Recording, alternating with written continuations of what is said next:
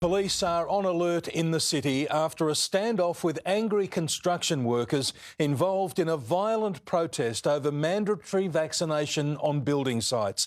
Hundreds turned on their own union, surrounding the CFMEU headquarters, pelting John Setka and smashing office windows for hours. A city in lockdown and an industry at flashpoint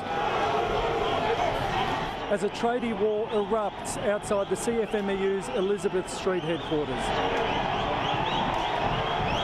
These construction workers say they're fighting back against forced vaccination, their anger aimed at their own union. After a 7-hour standoff, it exploded at 4 p.m. when heavily armed police arrived. And the police behind us, we need to get out! Police were pelted with bottles. Staff trapped inside used hoses in a desperate attempt to clear the mob.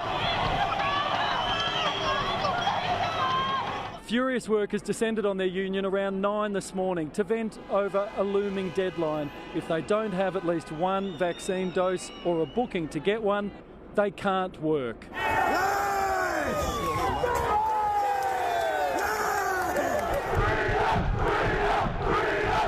Union boss John Setka urged protesters to calm down, denying the union backs mandatory vaccines and suggesting not everyone in the crowd was a union member. That just enraged the workers more.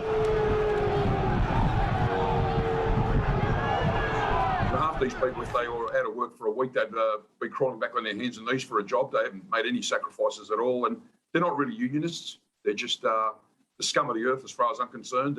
There'd be a whole bunch of people who are at home because their industry's shut and they'd be scratching their heads. I mean, the Premier's roadmap clearly states that there's going to be this new segregated underclass in society that won't be able to work, they won't be able to participate, they won't be able to go to the pub, they won't be able to take part in society, and people are upset about it. The protest numbers swelled as the hours ticked by. Workers brawled amongst themselves.